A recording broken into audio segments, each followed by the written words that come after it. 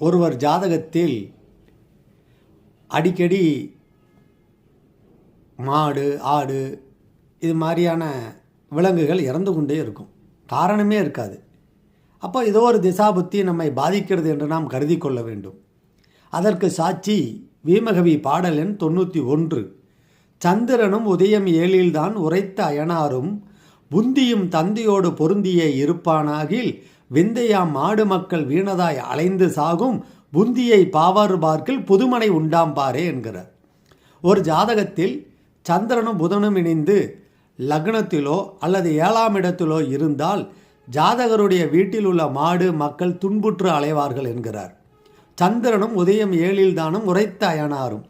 ஆனால் அந்த புதனை பாவகிரகங்கள் பார்த்தால் அவன் புதுமனை கட்டுவான் என்கிறார்.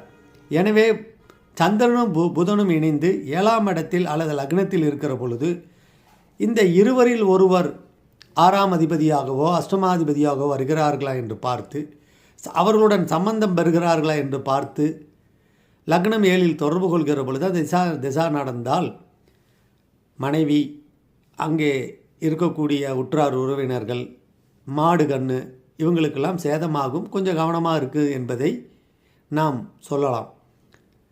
பொதுவாக புதன் வலிமை பெற்று கேந்திரத்தில் இருந்தால், பாவகிரகங்கள் சேர்க்கை பெற்றால் புதுமனை கட்டுவதற்கு வாய்ப்புகளை புதன் அள்ளித்தருகிறார்.